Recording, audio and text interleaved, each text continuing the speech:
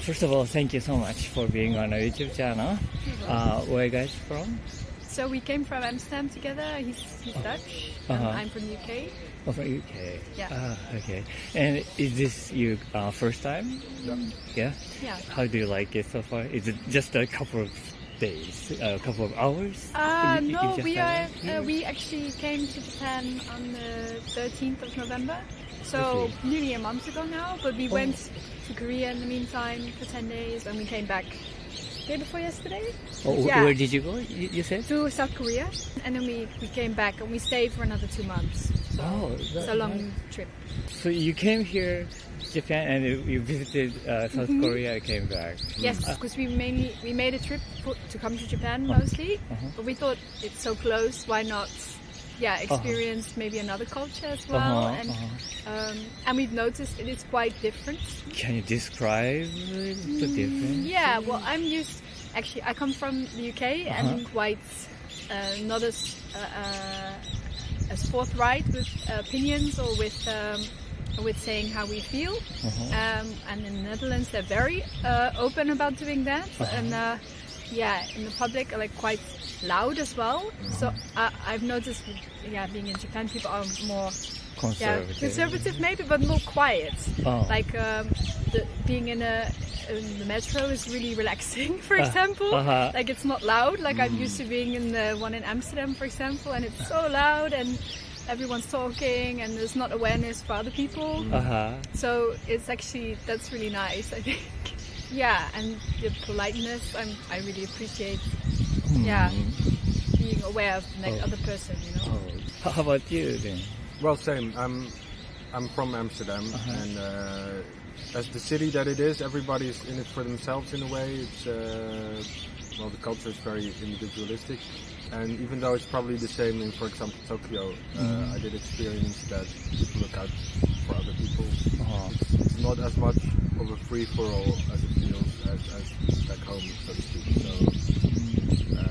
So your culture is more individualism, is stronger. Yeah, in some ways we notice it maybe more strongly. It is perhaps also like this in Japan, but maybe we see it maybe with rose-tinted glasses. It could also be that way. I don't know. But we were, for example, in Kyushu. There, I think people really went out of their way to help us.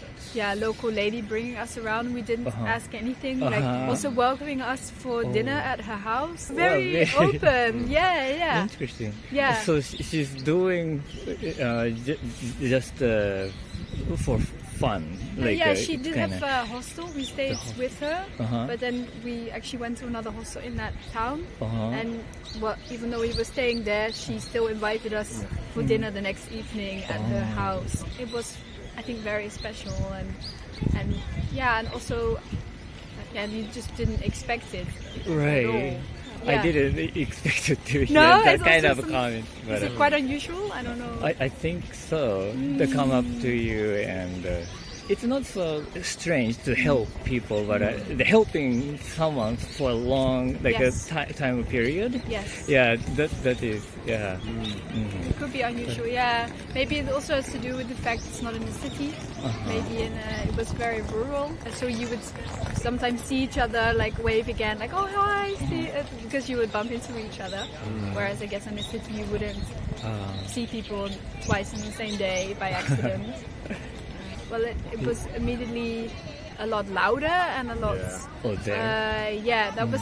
I think we got so used to it being quite calm here that it was even more of a shock. Like we were wondering how we had this conversation. Like, how would it have been if we had gone immediately from the Netherlands to South Korea and then to Japan? Or I think it's because we went to Japan first that we noticed this loudness more.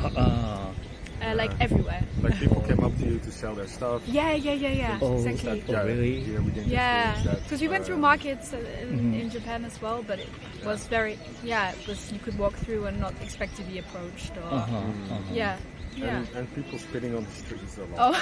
In Korea? Yeah, they would just, rasp their throat and just spit on the street. Yeah, it is maybe more of a hygiene thing, a ritual, I think, there, more than in Japan. Which part of Korea did you go? We went to Busan and Jeju and also to Seoul. Oh, so 3 cities.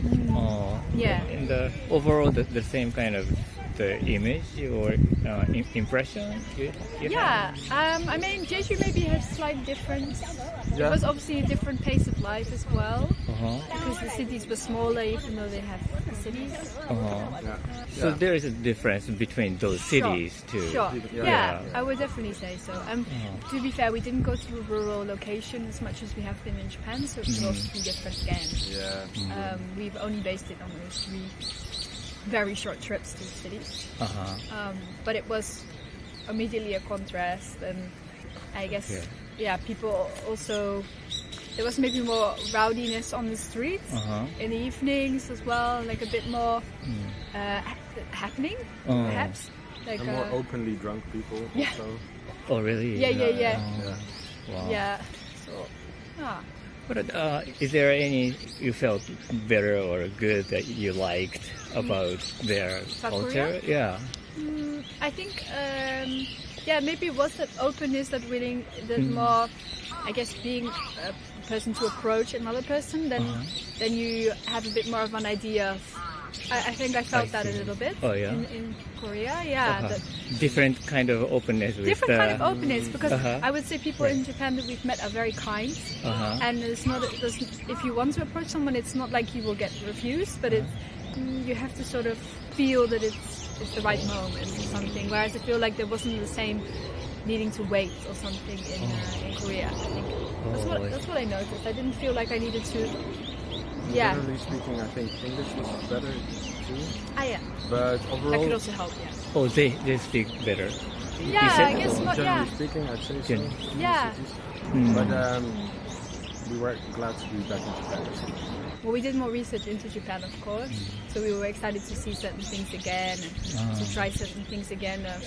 Food and food You culture love is a big food? thing. Yeah. We prefer it. I mean, I love kimchi and I love other fermented foods in Korea, but I think things Yeah.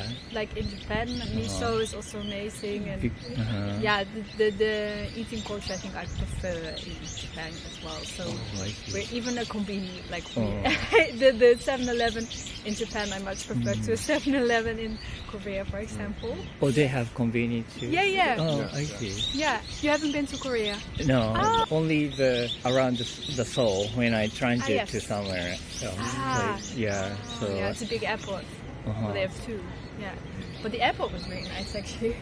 Yeah. We slept there. Yeah, we even had to sleep there to get here. What kind of Japanese food do you like? We tried this really nice fish in Kyushu. It's like miso fermented fish. It's already like a cooked, like the dish. It looks like a brown sauce on top from the miso, I and it's see. very pure flavor. Like I really liked that. It was with like aji. Aji, Yeah. mackerel. Yes. Yeah, and it was very simple but very. Right. You could taste every. Like a dry, Yes.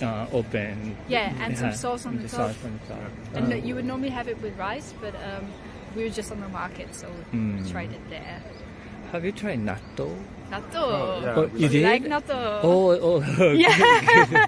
Yeah, actually, we met a lot of Japanese people who don't like natto. Yeah. So whenever we mention natto, it's like, what?